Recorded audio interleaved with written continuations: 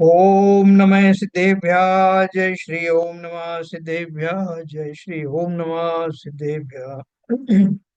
मंगलम भगवान वीरो मंगलम गौतमो गणी मंगलम कुंद कुंदाद्यो जयेंद्रमोस्तु मंगलम सर्वमंगल मांगल्यम सर्व कल्याणकारकम प्रधानम सर्वधर्माणां जैनम जयतो शासनम जैनम जयतु शासनम जैनम जयतु शासनम। पंचलब्धि नाम की पुस्तक जिसकी रचयिता है डॉक्टर उज्ज्वला शाह, हम पढ़ रहे हैं, जिसमें हमने निषेक रचना के बाद स्पर्धकों की रचना के बारे में पढ़ा। कैसे स्पर्धक जो वर्गनाएं जब अविभाग प्रतिच्छेद से एक एक करके बड़ी होती हैं, तो वो जब डबल उनका प्रतिच्छेद हो जाता है तो दूसरा स्पर्धक शुरू होता है। ये अपन ने कल पढ़ा था। उसके आगे हमने ये घातीय कर्मों में जो उनकी जो प्रकृतियां हैं, उनकी जो इंटेंसिटी है, उसके चार नाम से हमने पढ़े थे। और अघातीय कर्मों के जो पुण्य प्रकृतियां हैं, प्रशस्त पुण्य प्रकृतियां हैं, उनका भी हमने चार भागों में वर्गीकरण पढ़ा था। आज अपन उसको थोड़ा रिवाइज करेंगे, फिर आगे बढ़ते हैं।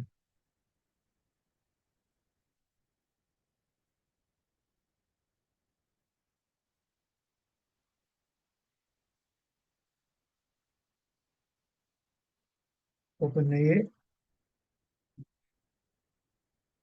इसमें जो उनका प्रश्न था ललित जी का, उसका भी अपन आज समाधान बताएंगे। अपन ने पढ़ा था, कम परमाणुओं में स्थिति के साथ साथ विशिष्ट अनुभाग भी होता है।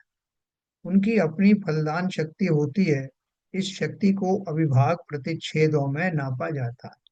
शक्ति के सबसे छोटे अंश को अविभाग प्रतिच्छेद कहते हैं। कर्म परमाणुओं में उनकी शक्ति के अविभाग प्रतिच्छेद होते हैं, इसलिए एक परमाणु को एक वर्ग कहते हैं। जिन परमाणुओं में अर्थात वर्गों में समान अविभाग प्रतिच्छेद पाया जाता है, उन वर्गों के समूह को वर्गना कहते हैं। सबसे कम अविभाग प्रतिच्छेद वाले वर्गों की वर्गना को जघन्य वर्गना या प्रथम वर्गना कहते हैं। जिनमें एक से अधिक अविभाग प्रतिच्छेद होगा जिनमें एक अधिक अविभाग प्रतिच्छेद होगा, ऐसे वर्गों की वर्गना को द्वितीय वर्गना कहते हैं। प्रथम वर्गना को नीचे लिखते हैं, द्वितीयादि वर्गना को ऊपर लिखते हैं ना। प्रथम वर्गना, द्वितीयादि वर्गना, ये मिला के एक स्पर्धक बना। हाँ, फिर आगे पढ़ा है इनमें, अनंत वर्गनाओं के समूह को स्पर्धक कहते हैं। वर्गनाओं के वर्गों के अविभाग प्रतिच्छेद बढ़ते बढ़ते जिस वर्गना में दुगुने होते हैं, वहां से दूसरा स्पर्धक प्रारंभ होता है। जब तीन गुणा होते हैं तब तीसरा स्पर्धक होता है। देखो, इन्होंने एक शिविर में ये पंचलब्धि पुस्तक पढ़ करके और वहाँ जो लोगों को समझाया था, उसकी एक पुस्तक है ये, पंचलब्धि शिविर। उसमें मैंने ये पर्टिकुलर टॉपिक देखा था, तो ये मैं आपको पढ़ के सुनाता हूँ कि वो कल उनको प्रश्न आया था ना कि ललित जी को, कि वो एक से जो है कम तो हो नहीं सकता क्योंकि मिनिमम वन वन है, तो वो कैसे घटना घटित होती है। उन्होंने बताया, एक स्पर्धक के बाद क्या होता है, वर्गों के अविभाग प्रतिच्छेद एकदम जंप करके बहुत अधिक बढ़ जाते हैं। मिनिमम अनंत के बदले हम 100 मान लेते हैं। मान लो एक वर्गनाम में 100 परमाणु हैं, यानी उसमें कितने कितने होंगे। जैसे 100 वाली एक जो है वर्गना आई, फिर दूसरी एक 101 वाला आई, 103 दो वाली, 103 वाली, 104 वाली, फिर जंप करके एकदम 200 हो जाएंगे। तो 200 वाली सीरीज शुरू होकर 200, 201, 202, 203, 204 वाली वर्गनाओं का दूसरा स्पर्धक होगा। फिर जंप करके एकदम 300 हो जाएंगे। यह मैंने एक दृष्टांत दिया। वैसे एक एक अविभाग प्रतिच्छेद से बढ़ते हुए वर्गों के समूह रूप वर्गनाओं को के समूह को स्पर्धक कहेंगे। तो ये सीरीज इस तरह से चेंज होती है। कुछ इसमें क्लियर हुआ क्या ललित जी?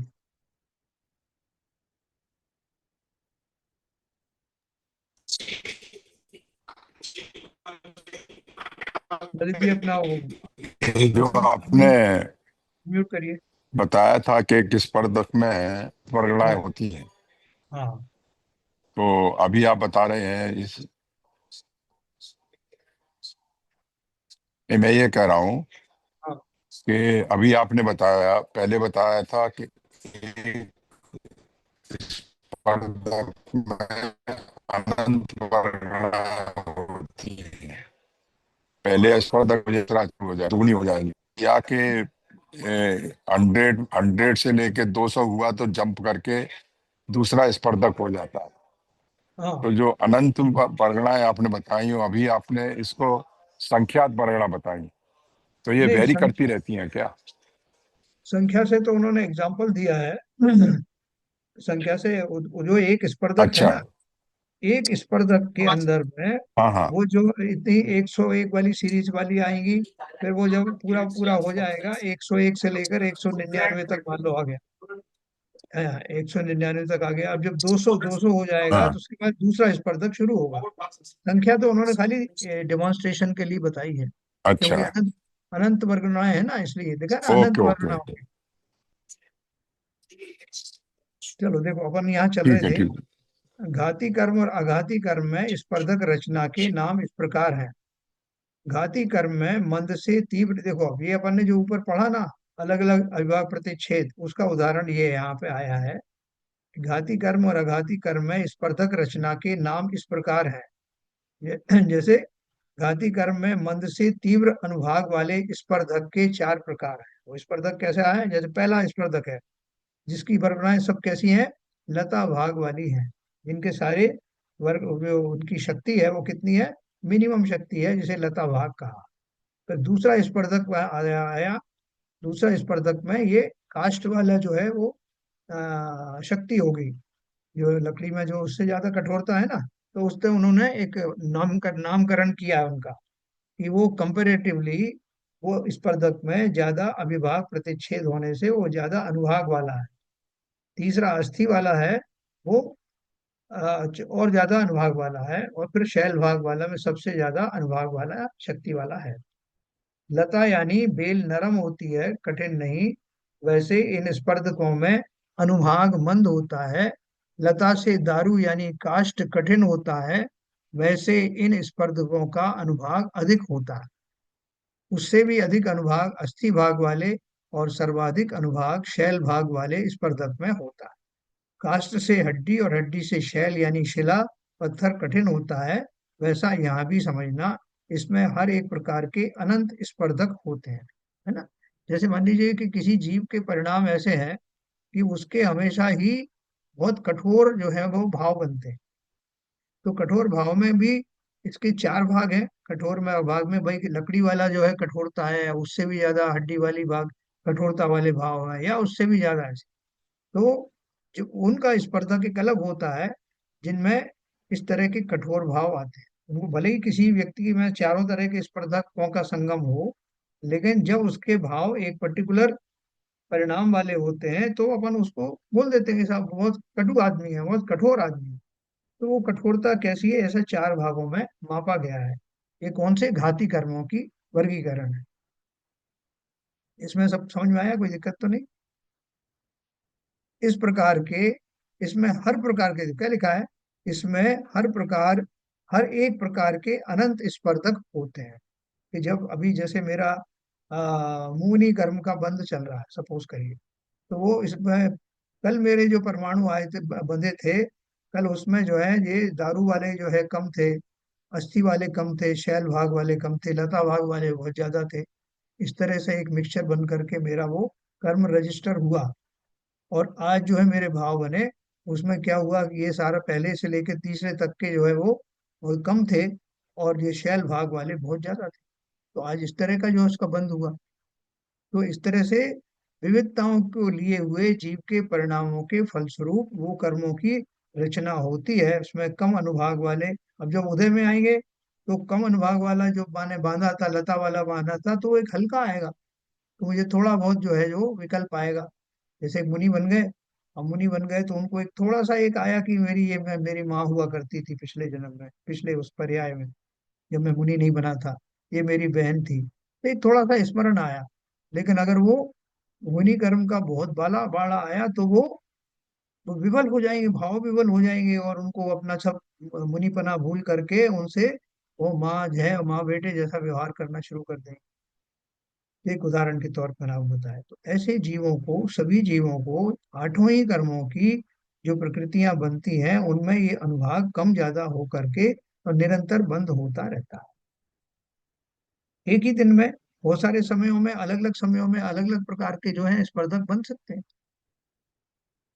तो ये इस तरह से हुआ, देखो आगे लिखा है ना, इस तरह ज्ञानावरण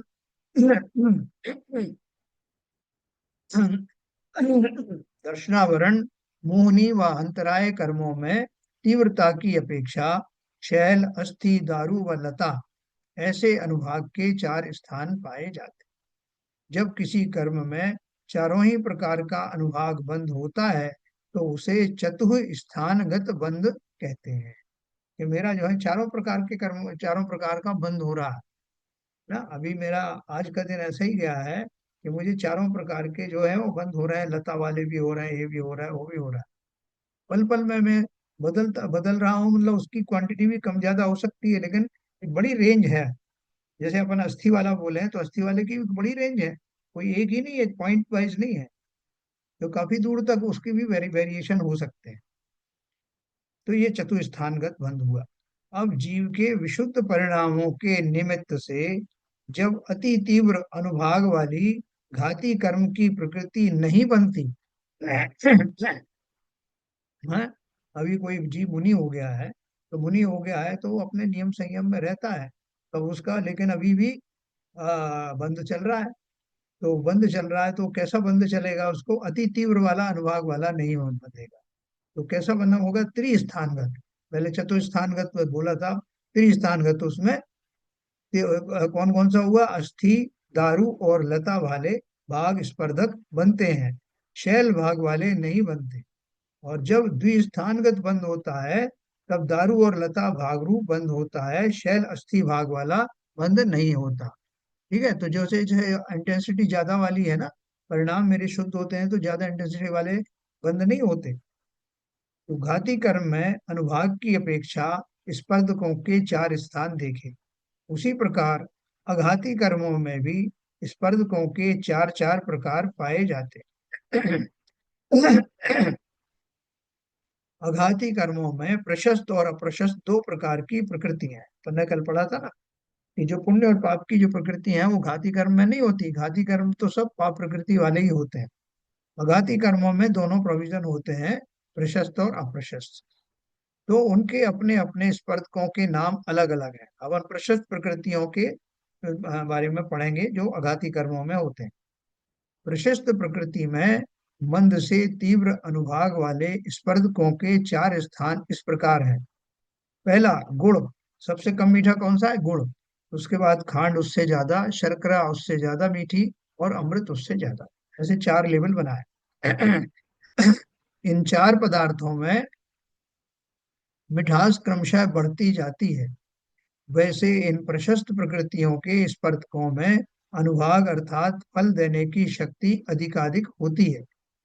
इसमें जब द्विस्थानगत बंद होता है तब गुण और खांड भाग वाले स्पर्धकों का बंध समझना। जैसे अपन ने वहां पढ़ा था कि ऊपर ऊपर वाले जो है वो कम होते चले जाते हैं, तो यहाँ भी ऐसे ही है। हाँ, जब इन प्रशस्त प्रकृतियों में के चार पदार्थों में मिठास क्रमशः बढ़ती जाती है तो इन प्रशस्त प्रकृतियों के स्पर्धकों में अनुभाग अर्थात फल देने की शक्ति अधिक से अधिक होती है। इसमें क्या उल्टा क्या हुआ, इसमें जब द्विस्थानगत बंध कहते हैं तब गुण और खांड वाले स्पर्धकों का बंध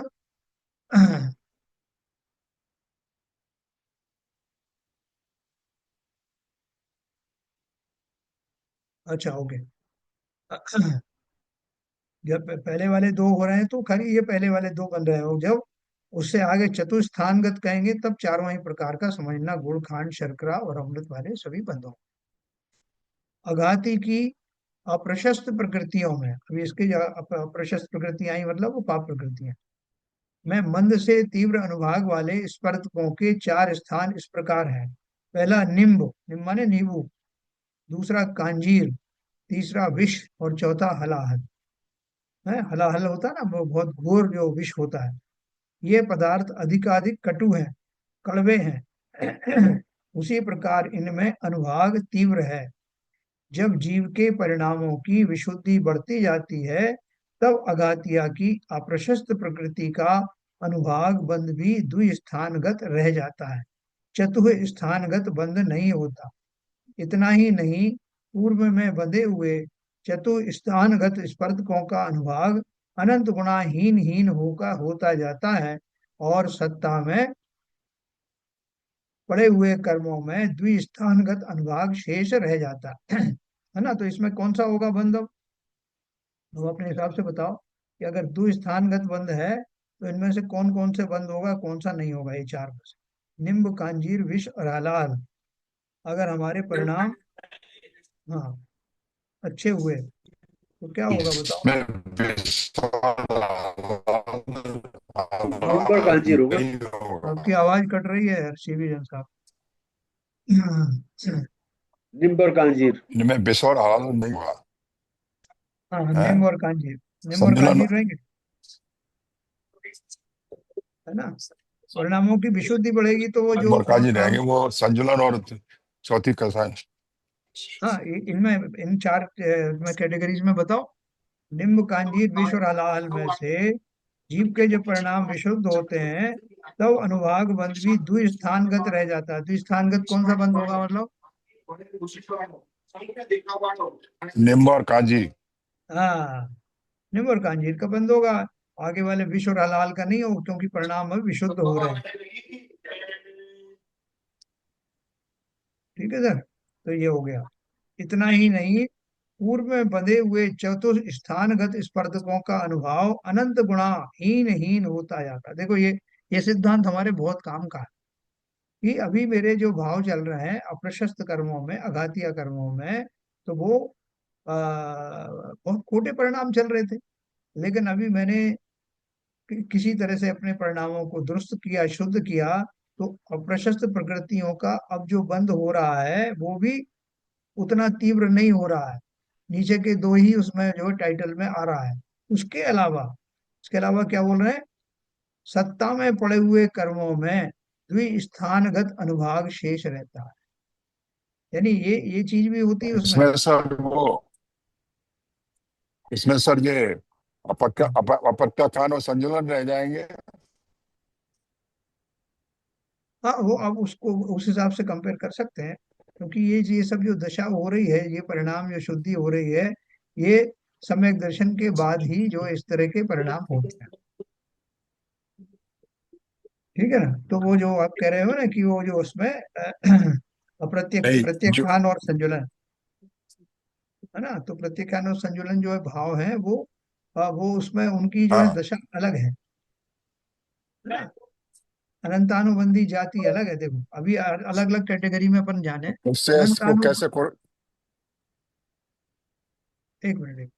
अपन अगर अनंतानुबंधी प्रत्याख्यान प्रत्याख्यान और संजुलन जाने, तो उसमें जो है ना पहला वाला जैसे अनंतानुबंधी है, अनंतानुबंधी में भी ये कम ज्यादा हो सकता है, अप्रत्याख्यानावर्णी में भी कम ज्यादा हो सकता है। लेकिन उसकी प्रकार किसके हिसाब से बताई उन्होंने कि एक अनंतानुबंधी वाला जो है उसका जो है वो टाइप अलग है, जिनसे अनंत संसार का बंध होता है, उसमें भी वेरिएशन हो सकते हैं।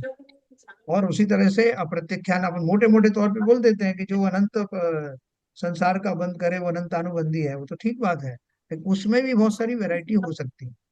इसी तरह अप्रत्याख्यान नहीं वर्णी है। हाँ, नहीं मेरा कहने का मतलब ये है हाँ, अनंतानुबंधी तो घातिया कर्म में आता है ना। हाँ, अनंत अनुबंधी तो घातिया कर्म में आता है, बिल्कुल सही कहा। हाँ तो ये जो अब जो अप्रशस्त कर्म है हाँ, ये अघातिया कर्म में है। तो अघातिया कर्म में है तो इसको अंतानुबंधी प्रत्याख्यान प्रत्याख्यान संजुलन में उसमें इसको कैसे कोरिलेट करेंगे उसमें। अभी देखो करते हैं इसको कोरिलेट। पहले अपन इस विषय को थोड़ा पूरा देख लेते हैं, फिर अपन बात करते हैं। नहीं तो वो थोड़ा बीच में अधूरा रह जाएगा। तो इतना ही नहीं, पूर्व में बंधे हुए चतुः स्पर्धकों का अनुभाग अनंत गुणा ओके ही ओके ओके। होता जाता है, और सत्ता में पड़े हुए कर्मों में द्विस्थानगत अनुभाग शेष रहता है। इसकी चर्चा तो यथा स्थान आएगी, इसे अब कोष्टक द्वारा समझेंगे। घाती और अघाती कर्मों के स्पर्धकों में अनुभाग की अपेक्षा चार चार स्थान होते हैं, है ना। अभी देखो उसी के एक टेबल बना दिया। घाती घाती कर्म तो सब अप्रशस्त ही है। उसमें देखो चार भाग बताए, शैल, अस्थि, दारू और लता। लेकिन अघाती कर्मों में प्रशस्त और अप्रशस्त दोनों होते हैं। तो जब प्रशस्त की कैटेगरी आएगी तो वो कैसी आएगी, गुड़, खांड, शर्करा, अमृत। और ये अप्रशस्त में आएगी तो नींबू, कांजीर, विष, हलाहल, है ना। ये इस तरह की टेबल उन्होंने बना दी। इससे हमको बहुत क्लियर हो गया कि घाती कर्म के जो चार भेद हैं वो इस तरह के आ सकते हैं, उनकी जो इंटेंसिटी है वो ऐसी आ सकती है। अघाती कर्मों में प्रशस्त अप्रशस्त के रूप में इस तरह की दो कैटेगरी बन सकती है। घाती कर्म में दो प्रकार की प्रकृति पाई जाती है, सर्वघाती प्रकृति और देशघाती प्रकृति। घाती कर्मों में दो प्रकार की प्रकृति पाई जाती है, सर्वघाती प्रकृति और देशघाती प्रकृति। सर्वघाती मतलब जो टोटल वाली, और देशघाती मतलब पार्शियल वाली। जैसे केवल ज्ञानावरण, केवल दर्शनावरण आदि सर्वघाती प्रकृतियां हैं, है ना। कि जो ऑन और ऑफ वाली है, या तो है या नहीं है। तो केवल ज्ञानावरण मतलब पार्शियल का चक्कर नहीं कि पार्शियल के केवल ज्ञान है आपको पार्शियल नहीं है। इसलिए सर्वघाती प्रकृति कहलाती है कि अगर उन्होंने इन कर्म का उदय है तो आपको केवल ज्ञान टोटली नहीं है। लेकिन मति ज्ञानावरण, श्रुत ज्ञानावरण, अवधि ज्ञानावरण और मनय पर्याय ज्ञानावरण आदि देशघाती प्रकृति है। ये देशघाती प्रकृति क्यों है इसका मैं एक्सप्लेनेशन आपको दूंगा। मति ज्ञानावरण, श्रुत ज्ञानावरण, अवधि ज्ञानावरण, मनय पर्याय ज्ञानावरण आदि देशघाती प्रकृति है। देखो मति ज्ञान के बारे में, मति और श्रुत तो अपन जानते ही हैं कि बहुत सारे जीवों को मति ज्ञान तो है, मति श्रुत ज्ञान तो है, लेकिन कम है। दूसरे जीवों को उससे थोड़ा सा ज्यादा है, तीसरे को उससे ज्यादा हो सकता है। तो ये उसमें कम ज्यादा का भेद पड़ता है, जिसे हम ज्ञान क्षय कहते हैं मुख्य रूप से। लेकिन ऐसा ऐसे ही अवधि ज्ञान में भी है। अवधि ज्ञान भी दो तीन तरह का होता है। तो वो उसमें मन पर्याय ज्ञान भी दो दो तरह का होता है। तो वो उसमें वो पार्शियल है। वो 100% नहीं है कि अगर होगा तो इतना ही होगा तो होगा, नहीं तो नहीं होगा, ऐसा नहीं। अभी इसका आगे भी एक्सप्लेनेशन आएगा। अब इन प्रकृति के जो स्पर्धक हैं उनमें भी दो प्रकार के स्पर्धक पाए जाते हैं, सर्वघाती स्पर्धक और देशघाती स्पर्धक। हमने घाती कर्म के चार प्रकार के स्पर्धक देखे, शैल, अस्थि, दारू और लता। उनमें से शैल, अस्थि व दारू भाग में से अनंत बहुभाग स्पर्धक सर्वघाती स्पर्धक है। अगर इनका उदय हुआ तो मतलब ये हमारा जो है वो पूरा के पूरा परिणाम आएगा ही नहीं हमारे। शैल, अस्थि व दारू भाग में से अनंत बहुभाग स्पर्धक सर्वघाती स्पर्धक है, और दारू भाग में से अनंतमा भाग स्पर्धक और लता भाग वाले सर्व स्पर्धक देशघाती स्पर्धक है। देखो उन्होंने क्यों बताई ये बात, कि जब अपन बोल रहे हैं कि ये इसमें एक दो तरह की चीज होती है। एक तो पार्ट वाला होता है, और एक सर्वघाती प्रकृति होती है और देशघाती प्रकृति होती है। तो अगर सर्वघाती प्रकृति कब होगी, जब उसमें जो शैल वाला भाग अगर है तो वो सर्वघाती प्रकृति होगी। और अगर बाकी के तीन है तो वो पार्शली पार्शियल ही लागू होगा। ये उन्होंने अप्रशस्त वालों का बताया। देखो आगे बताता हूँ। शैल, अस्थि व दारू भाग वाले में से अनंत बहुभाग स्पर्धक सर्वघाती स्पर्धक हैं, और दारू भाग में से अनंतमा भाग स्पर्धक और लता भाग वाले सर्व स्पर्धक देशघाती स्पर्धक हैं। ये अगर लता वाला है तो ये हमारा पास में पार्शियल ज्ञान रहेगा। तो ये उसकी जो इन्हीं के चार भागों में से जो इन्होंने ये सिद्ध किया है कि दो प्रकार के स्पर्धक होते हैं, एक सर्वघाती स्पर्धक और देशघाती स्पर्धक। और उसकी उदाहरण अपन ने पढ़ा ये कि केवल ज्ञानावरण जो है और केवल दर्शनावरण जो है सर्वघाती प्रकृति है। सर्वघाती का मतलब है कि टोटली आपके अंदर में जब जब इनका उदय है तो केवल ज्ञान आदि का पूरा आवरण रहेगा, पार्शियल ओपन नहीं रहेगा, जैसा भी आपको बताया। और मति श्रुत ज्ञानावरण, श्रुत ज्ञानावरण, अवधि ज्ञानावरण, मन कर्म ये सर्वघाती प्रकृति ना होकर के आंशिक जो है वो रुकावट डालती है, किंचित वो खुला भी रहता है। जैसे मति श्रुत ज्ञान जो है एक इंद्रिय जीव को भी होता है, भले ही वो थोड़ा सा हो, उसको टोटली जीरो नहीं कर सकते। तो वो जो है वो देशघाती प्रकृतियों का उदय होने से उनका जो ज्ञान का क्षोभम कम ज्यादा तो होता है, लेकिन टोटली बंद नहीं। तुम कहोगे कि इसमें बताने की क्या जरूरत है, सर्वघाती प्रकृति के स्पर्धक सर्वघाती होंगे और देशघाती प्रकृति के स्पर्धक देशघाती होते होंगे। तो उन्हें बोले तुम्हारी आधी ही बात सच है। सर्वघाती प्रकृति के सभी स्पर्धक सर्वघाती स्पर्धक होते हैं, परंतु देशघाती प्रकृति में दोनों ही प्रकार के स्पर्धक होते हैं, सर्वघाती स्पर्धक और देशघाती स्पर्धक। इसे दोबारा समझेंगे, उसके पहले बहुभाग एक भाग किसे कहते हैं देखेंगे। तो बहुभाग और एक भाग जो ऊपर दिया ना उन्होंने, लता भाग वाले सर्व स्पर्धक, बहुभाग जो ऊपर आया है उसको उन्होंने समझाया है। इसे दोबारा समझेंगे, इसके पहले बहुभाग एक भाग किसे कहते हैं देखेंगे। मान लो तुम्हें 1000 संख्या को 10 से भाग देकर बहुभाग और एक भाग करना है, तो पहले 1000 को 10 से भाग देंगे तो 100 आएंगे। 1000 divided by 10 is equal to 100, अर्थात एक भाग की कीमत 100 है? 10 भाग में से एक भाग अलग निकालेंगे तो बहुभाग यानी 9 भाग की कीमत 900 होगी, इसलिए बहुभाग 900 और एक भाग 100 होगा। ये एक एग्जांपल उन्होंने दी है। तो दारू भाग में अनंत स्पर्धक हैं, उसे यथा योग्य उससे छोटे अनंत का भाग देंगे तो अनंत ही आएंगे, उसमें से बहुभाग और एक भाग करना।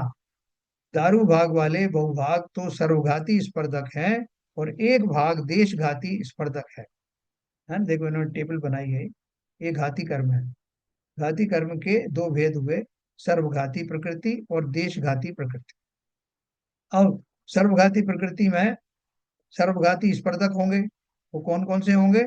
शैल वाली प्रकृति वाले जो हैं वो सर्वघाती होंगे, अस्थि वाले भी होंगे, और दारू यानी जो कास्ट है उसका जो मेजॉरिटी पोर्शन है वो बहुभाग जो है उसका, वो भी सर्वघाती में आएगा। तो यहाँ क्या बच गया? बहुभाग तो इसमें आ गया, अल्प भाग अगर है तो वो सर्वघाती नहीं रहेगा। यहाँ भी बताया देशघाती प्रकृति कौन सी है, इसमें तो सारे एक जैसे हैं। देशघाती प्रकृति में क्या दिया है? सर्वघाती स्पर्धक और देशघाती स्पर्धक। सर्वघाती कौन से? शैल, अस्थि और दारू का बहुभाग, ये सारे सर्वघाती स्पर्धक हैं। लेकिन देशघाती स्पर्धक में से दारू का एक भाग और लता, ये दोनों मिलाकर देशघाती में आते हैं। वैसे दारू जो है, दारू वाला यानी लकड़ी वाला, वो सर्वघाती स्पर्धक नहीं होता, लेकिन उसका अगर बहुभाग है, मैक्सिमम पोर्शन अगर मिला हुआ है तो वो सर्वघाती में आता है, और उसका कम पोर्शन अगर है तो वो एक भाग है तो देशघाती में आता है। कुल मिला के बात ये कह रहे हैं, यहाँ ध्यान देने की बात यह है कि प्रकृति देशघाती होने पर भी उसके स्पर्धक दोनों प्रकार के हैं, सर्वघाती स्पर्धक और देशघाती स्पर्धक। यानी ये जो देशघाती प्रकृति वाले जो हैं उनमें दोनों तरह के होते हैं। उनमें से कुछ जो है अगर बहुत ज्यादा जो है वो कठोर हुए तो वो उसके इस श्रेणी में चले जाते हैं, सर्वघाती वाले श्रेणी में चले जाते हैं। इसमें इसका खाली शॉर्ट में ये समझना अर्थ देखो क्या बोल रहे हैं। हम इसे ज्ञानावरण कर्म पर घटाते हैं। केवल ज्ञानावरण सर्वघाती प्रकृति है, उसके सभी स्पर्धक सर्वघाती हैं, अर्थात पूरा घात करते हैं। पर्याय में केवल ज्ञान प्रकट नहीं होता, कर्म कुछ नहीं करता, परंतु जब जीव केवल ज्ञान रूप परिणमन नहीं कर रहा हो तब सामने केवल ज्ञानावरण तथा अन्य ज्ञानावरण कर्मों का उदय विद्यमान रहता है ना। क्या केवल ज्ञानावरण कैसी है? सर्वघाती प्रकृति है, उसके सभी स्पर्धक सर्वघाती हैं, अर्थात पूरा घात करते हैं। पर्याय में केवल ज्ञान प्रकट नहीं होता, कर्म कुछ नहीं करता, परंतु जब जीव केवल ज्ञान रूप परिणमन नहीं कर रहा हो तब सामने केवल ज्ञानावरण तथा अन्य ज्ञानावरण कर्मों का उदय विद्यमान रहता है। क्या बोल रहे हैं? अपन कहने में आता है कि साहब उसको अंतराय कर्म का उदय चल रहा है, तो जिसके कारण से उसका केवल ज्ञान प्रकट नहीं हो रहा है या दूसरा ज्ञान प्रकट नहीं हो रहा है। तो बोल रहे हैं कि वास्तव में वो कर्म नहीं कर रहे हैं, उसको बात है। जब जीव अकर्मण्य है, वो कुछ नहीं कर रहा है, उसका जो है पौरुष जाग नहीं रहा है, वो कुछ करने के भाव नहीं आ रहे हैं, तब अपन उपचार से कहते हैं कि भैया इसका ज्ञानावरण कर्म का उदय है या कोई अंतराय कर्म का उदय है। तो वो कर्मों के ऊपर इस तरह से आरोप आता है। बाकी कर्म खाली इंडिकेशन है। जब मेरे को बहुत आलस आता है, जब मैं मुझे बहुत सोने का मन कर रहा है, तो अपन बोले साहब निद्रा ने उसको घेर रखा है, लेकिन वास्तव में निद्रा कौन ले रहा है? वो जीव ही है। कभी कोई एक अचानक से संकट आ जाता है तो जीव का सारा जो है वो निद्रा काफूर हो जाती है, वो एकदम जागृत हो जाता है। तो वास्तव में वो जो निद्रा आदि है या जो कर्म है, वो खाली इंडिकेटिव है कि जीव के जैसे परिणाम होते हैं, उस परिणामों को जतलाने के लिए उन कर्मों का हवाला दिया जाता है। ये जीव अभी इस तरह का व्यवहार कर रहा है, इसका अर्थ ये है कि उसके फला फला कर्म का उदय चल रहा है। तो यही वो उन्होंने पहले भी कहा, अभी भी वही बात कर रहे हैं कि जीव के अपने परिणाम, अपना पुरुषार्थ ही मुख्यतः जिम्मेवार होता है। और जब वो कुछ नहीं कर रहा है, उसका पुरुषार्थ जो है लगभग सोया हुआ है, तो उस समय कहा जाता है कि उसके फला फला कर्म का उदय चल रहा है। क्या ललित जी, ठीक है ये? मति ज्ञानावरण, देखो ये केवल ज्ञानावरण तो सर्वघाती है, बिल्कुल ऑन ऑफ वाला है। मति ज्ञानावरण देशघाती प्रकृति है, इनके सर्वघाती स्पर्धकों का कभी उदय नहीं होता। जैसे मैंने आपको बताया ना, कि कभी भी ऐसा नहीं होता कि मति ज्ञान, मति और शुद्ध ज्ञान एकदम जीरो हो जाए। तो जीरो होंगे तो फिर वो जीव ही नहीं रहेगा। तो इसलिए उसके जो सर्वघाती स्पर्धक हैं, उनका उदय कभी नहीं होता, मतलब फुल। तो क्या होता है, हमेशा देशघाती प्रकृति का ही सर। उदय रहता सर। है। हाँ। हेलो। हाँ ये बोलिए। आपने जो बताया, जो ज्ञानावरण कर्म का उदय है, हाँ, तो केवल ज्ञान नहीं होगा। तो आपने बोला कर्मों कर्म तो कुछ नहीं करते, मगर कर्म निमित्त तो बनते हैं। जो ज्ञानावरण कर्म अंतराय कर्म का उदय हुआ, उसकी वजह से उसका भाव नहीं बन रहे हैं। तो वो हालांकि निमित्त को, पुरुषार्थ करना उसका काम है, उसे भाव बनाना चाहिए।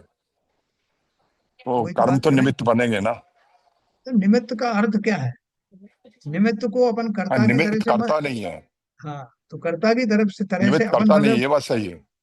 तो वही बात कर रहे हैं कि वो कुछ नहीं करते, जीव के हाँ, भावों ठीक का है। निमित्त पा करके इंडिकेशन वो आ जाते हैं कि ये इंडिकेशन चल रहा है, अभी इसके ऐसे भाव चल रहे हैं, ऐसा। बिल्कुल सही है, सही है, सही है।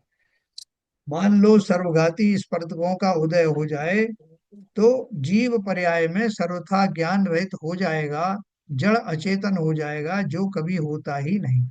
है ना? इसने हमको क्या बताया कि मति ज्ञानावरण जो देशघाती प्रकृति है, उसका पार्शियल जो है उदय तो हो सकता है, लेकिन 100% उदय अगर हो जाए, तो मति शुद्ध ज्ञान से रहित तो कोई भी जीव होता नहीं। फिर वो जीरो हो जाएगा, और जीरो होते ही वो जीव से अजीब हो जाएगा। तो इसलिए हमारा मति ज्ञानावरण आदि, मति ज्ञान आदि हमेशा कुछ ना कुछ खुला रहता है। इसका अर्थ यह है कि वो देशघाती प्रकृति के रूप में ही वो उदय में आता है। इस पर से अब क्षयोपशम की परिभाषा सिखाना बिल्कुल आसान हो जाए।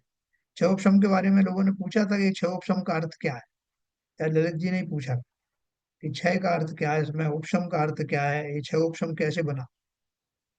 तो वैसे भी क्षयोपशम लब्धि का ज्ञान करने से पहले क्षयोपशम का स्वरूप जानना जरूरी है। क्षयोपशम किसे कहते हैं? तुमने अनेक बार सुना है कि मति ज्ञान, श्रुत ज्ञान, अवधि ज्ञान और मने पर्याय ज्ञान सारे क्षयोपशम ज्ञान है ना?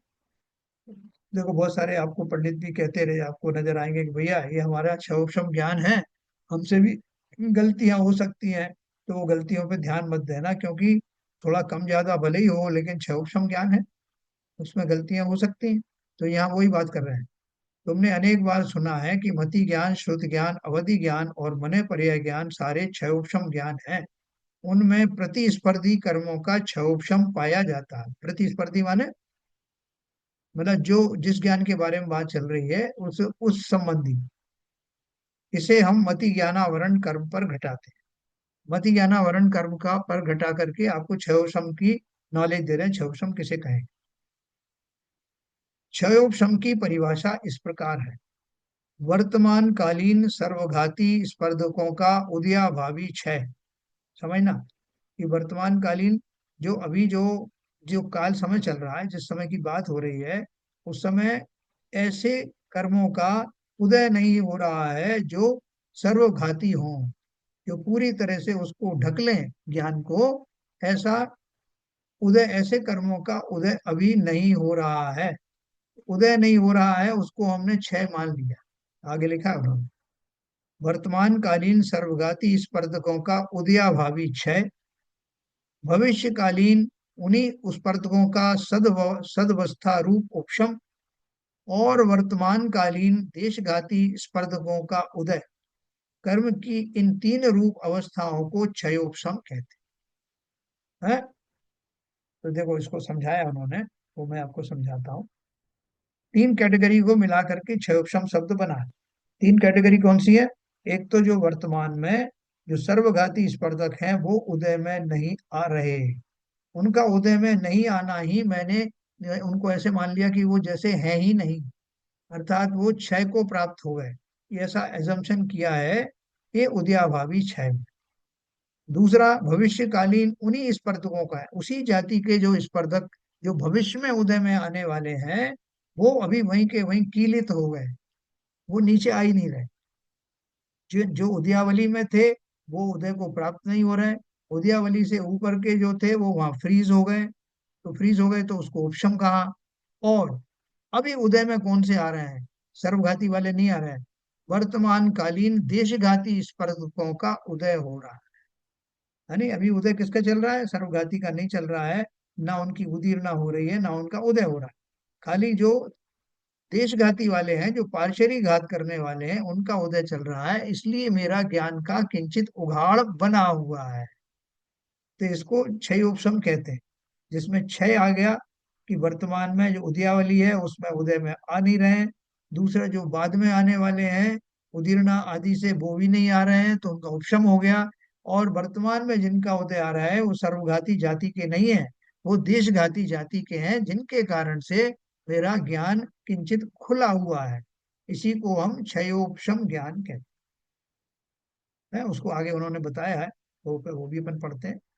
वर्तमान में सर्वघाती स्पर्धकों का उदय नहीं होना ही क्षय कहलाता है।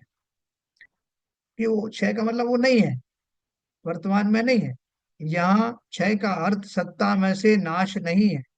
भविष्य में तो वे स्पर्धक पड़े हैं, सत्ता में हैं, परंतु सर्वघाती रूप से वे कभी उदय में नहीं आते हैं, वहीं बने रहते हैं। ठीक है सर, ये तो हो गए वो आपके सर्वघाती स्पर्धक। और स्थिति पूर्ण हुई हो तो देशघाती रूप होकर उदय में आते हैं। वो जो जो सर्वघाती प्रकृतियां हैं वो कभी भी उदय में डायरेक्ट सर्वघाती के रूप में नहीं आ रही हैं। वो कैसे आ रही हैं? वो पार्शियल यानी देशघाती बन करके उनका उदय आ रहा है। स्थिति पूर्ण हुई तो देशघाती रूप होकर उदय में आते हैं, उनका उदीर्ण होकर उदय रूप न होना ही सदवस्था रूप उपशम कहलाता है। वर्तमान में उदय देशघाती स्पर्धकों का होता है। देशघाती कहते ही उसे हैं जो पूरा घात करने में समर्थ नहीं है। इसलिए एकेंद्री से पंचेंद्री तक के जीवों को मति शुद्ध ज्ञान तो उघाड़ रूप होता ही है, कोई भी जीव ज्ञान रहित नहीं होता है। ये इसमें कहीं आपको कंफ्यूजन हो तो अपन पूछ सकते हैं। मैंने इसको तीन तरह से आपको बताया शॉर्ट में, कि जो अभी उदयावली चल रही है, जिन कर्मों का उदय आने वाला है उन कर्मों में वो सर्वघाती वाली प्रकृतियों का उदय नहीं आ रहा है, अर्थात वो है ही नहीं। फॉर द टाइमिंग वो प्रेजेंट ही नहीं है, तो नहीं है प्रेजेंट तो उनका क्षय मान लिया।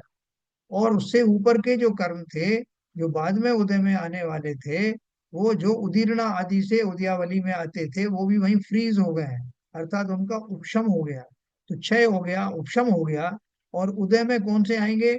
जो देशघाती प्रकृति वाले हैं वो उदय में आ रहे हैं, जिनके कारण मेरे ज्ञान का उगाड़ अकॉर्डिंगली है, प्रोपोर्शनेटली बना हुआ है। ये तीन अवस्थाओं को, तीनों दशाओं का मिला जुला रूप को हम क्षयोपशम ज्ञान कहते हैं। ठीक है।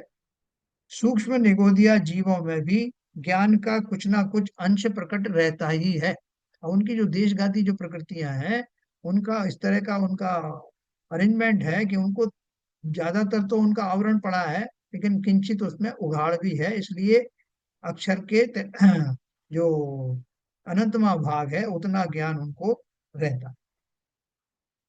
तुम पूछोगे कि अभी अभी आपने अवधि ज्ञानावरण कर्म को देश प्रघाती प्रकृति कहा था, तो हमें अवधि ज्ञान प्रकट क्यों नहीं है?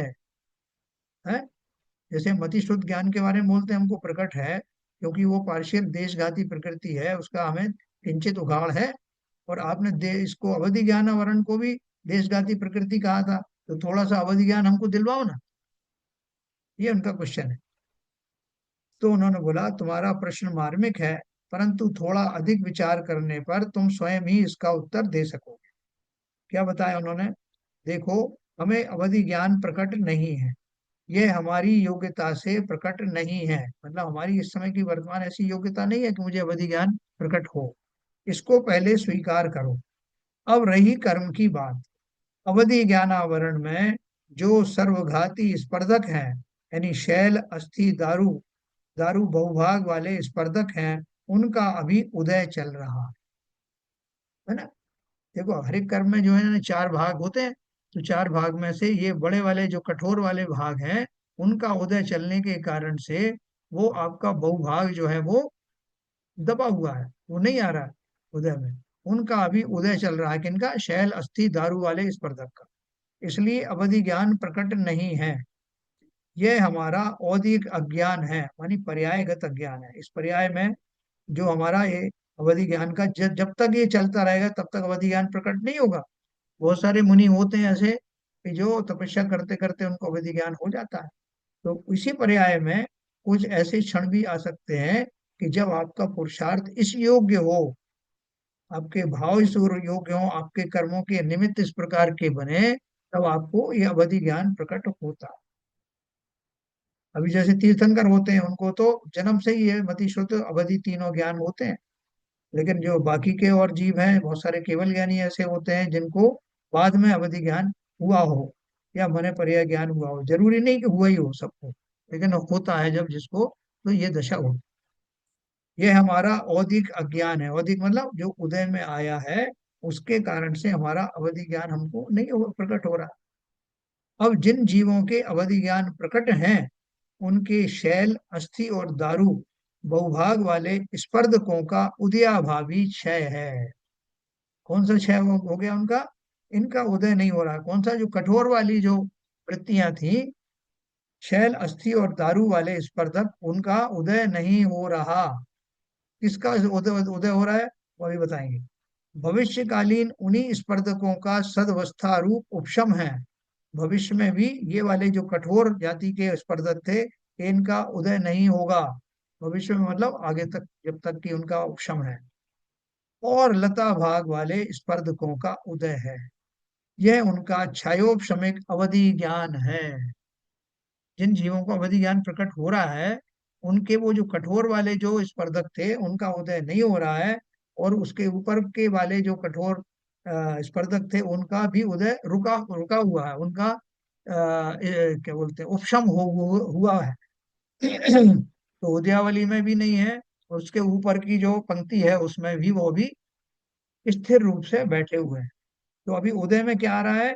जो लता भाग वाले हैं, जो कोमल वाले जो भाग हैं, वो उदय में आ रहे हैं। इसलिए अवधि ज्ञान किंचित प्रकट है। किंचित क्यों कहा मैंने? क्योंकि अवधि ज्ञान की भी वैरायटीज होती है, जो मैं आगे बताने वाला हूँ। यह उनका छायोपशमिक अवधि ज्ञान है। छायोपशमिक अवधि ज्ञान कैसा है? ये लता भाग वाले स्पर्धक भी मंद से तीव्र तक अनेक हैं। यदि उनमें से तीव्र अनुभाग यानी अधिक आवरण का उदय होगा, तो कम शक्ति वाला अवधि ज्ञान प्रकट होगा। यदि मंद आवरण का उदय हो, तो वह अवधि ज्ञान अधिक शक्तिशाली होगा। इसी कारण देशावधि ज्ञान, अपन ने अवधि ज्ञान के प्रकार पढ़े थे ना, देशावधि ज्ञान परमावधि ज्ञान के अनेक भेद पाए जाते हैं।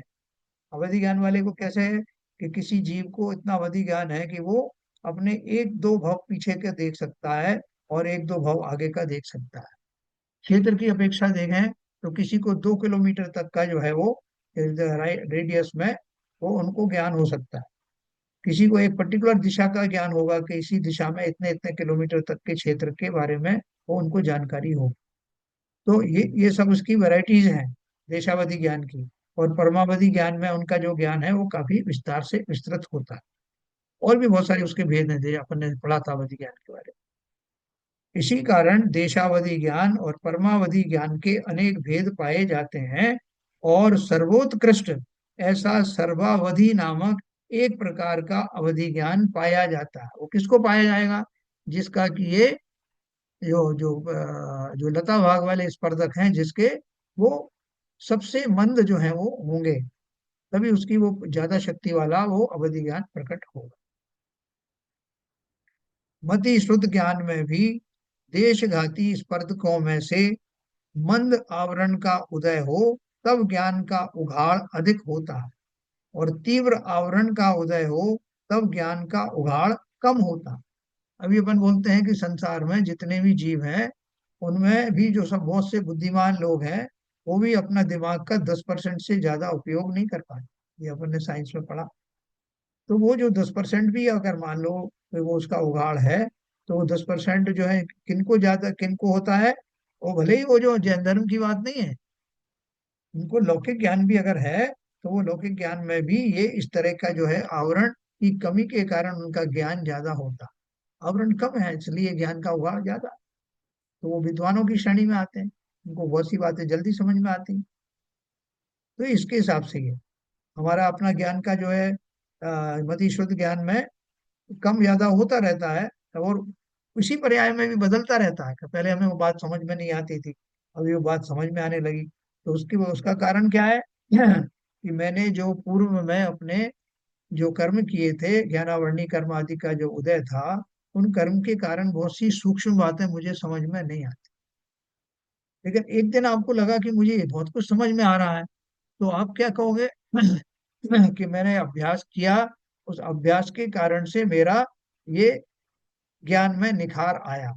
वो भी बात सही है, लेकिन साथ साथ जब ऐसी बात कहोगे, तो उस समय अगर कोई कर्मों का जानने वाला होगा, तो वो ये भी कहेगा कि आपकी ये दशा के समय में फला फला कर्म का आवरण जो है अब कम हो गया।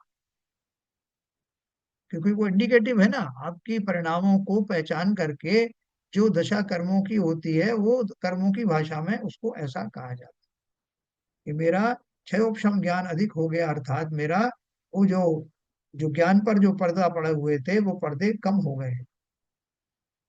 तो अभी इसी हमारी पर्याय में हमें अपना ज्ञान का क्षोभशम कम ज्यादा हो सकता है क्या? कौन बताएगा? कि हर एक व्यक्ति अपना कुछ ज्ञान लेके आया ना पर्याय में, तो वो पर्याय में उसका ज्ञान एक जैसा बना रहता है और कम ज्यादा होता है? बताओ ललित ये भैया। कम ज्यादा होता है, कम ज्यादा होता रहता है सर। हाँ, कैसे होता है? वो क्यों होता है? कौन करता है?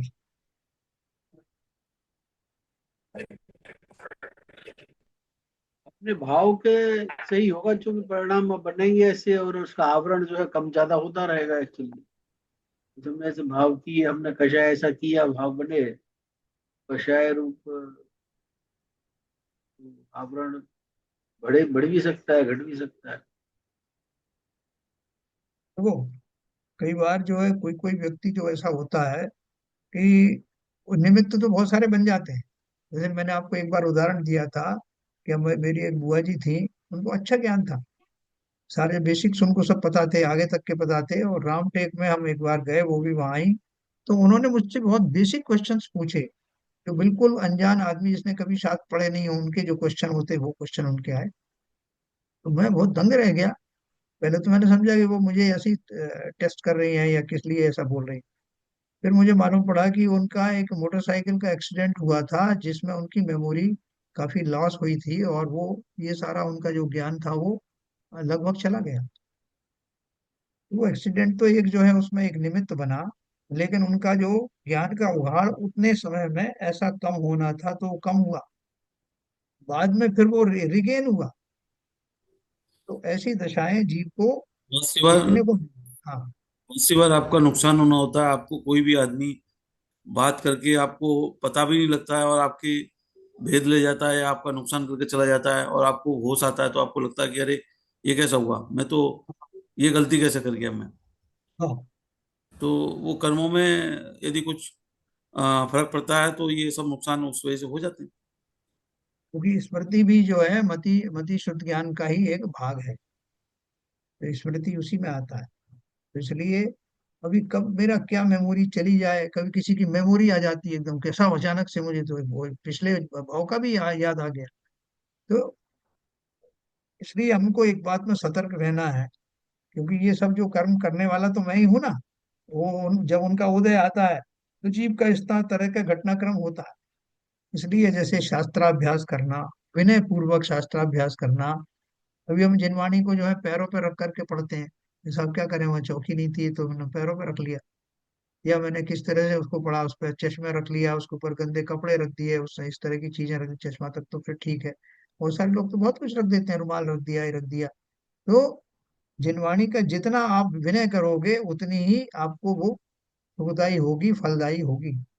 उसका आपने नमन नहीं किया, विनय नहीं किया, जो कर रहा है उनके शास्त्रों को आपने उन शास्त्रों के ऊपर वो कोई ज्यादा वो वो नहीं दिया, भगवान नहीं, हमारे देव शास्त्र गुरु की बात होती है ना, तो वो तीनों उसमें परमिष्ट में आते हैं। इसलिए फिजिकल जिनवाणी के अलावा भी कहीं जिनवाणी का कथन चल रहा है, कहीं स्वाध्याय चल रहा है, तो कैसे हमें वस्त्रों की शुद्धता, मन की शुद्धता, झूठी जीभ जबान लेकर के नहीं बैठना। नहीं साहब, मुझे तो सुनना ही है खाली, मैं बोल थोड़ी रहा हूँ। नहीं, पूरी मर्यादाओं का ध्यान रख के, और जो कोई शास्त्राभ्यास कर रहा है या कोई दूसरी धार्मिक क्रियाएं कर रहा है, उसके उसमें अंतराल या बाधा उपस्थित नहीं करना। इन पर बहुत ध्यानपूर्वक, बहुत आपको सोच करके करना है।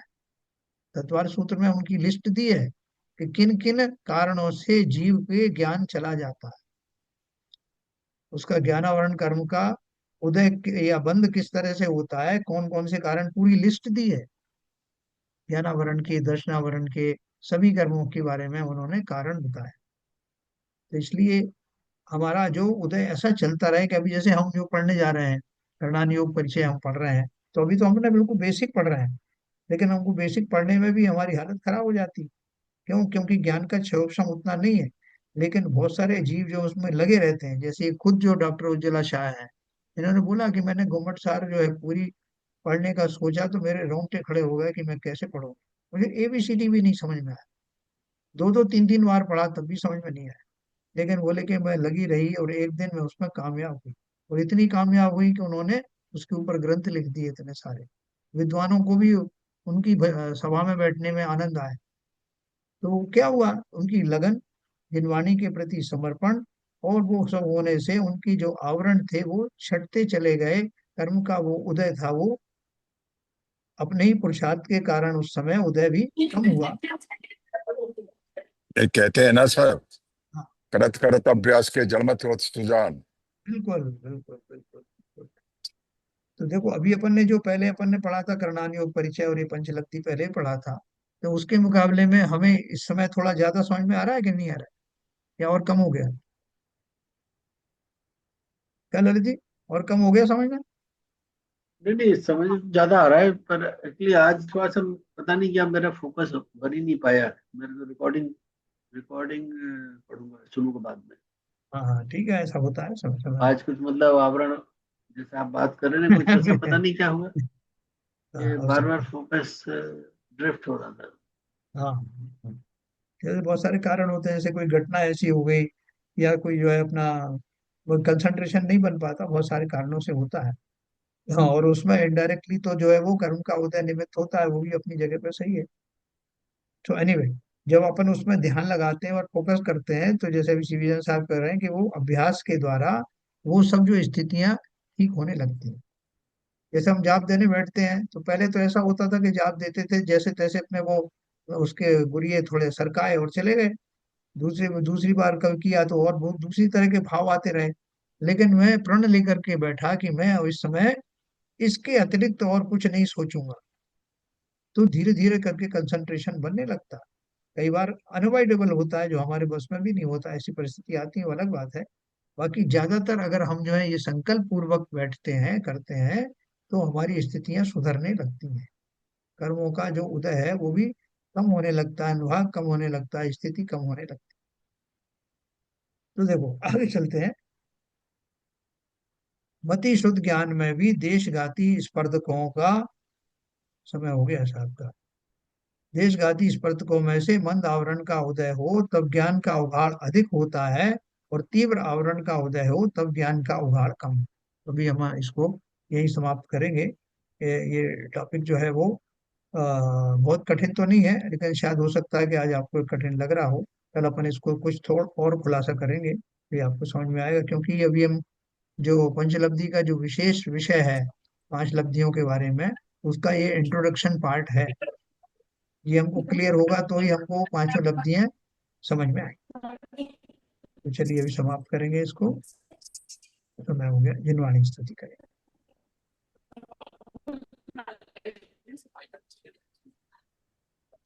सर इसको रिपीट करके आपके लिए। हाँ हाँ, कर देंगे। नित्यतम नाश वे को ज्ञान के प्रकाश वे को अपपर भास वे को भानु सी बखानी है। छहो द्रव्य जान वे को बंध विधि भान वे को स्वपर पिछान वे को परम प्रमाणी है। अनुभव बताए वे को जीव के जताए वे को कहू न सताए वे को भव्य और हानि है। जहाँ तहाँ तार वे को पार के उतार वे को सुख विस्तार वे को यही जिन वाणी है। हे जिनवाणी भारती तो है जपो दिन रैन, जो तेरी शरणा गए सो पावे सुख चैन। यह वाणी के ज्ञान से सूझे लोकालो, सो वाणी मस्तक धरो सदा देते हैं दो, सदा देते हैं दो। जिनवाणी माता की जय। जय।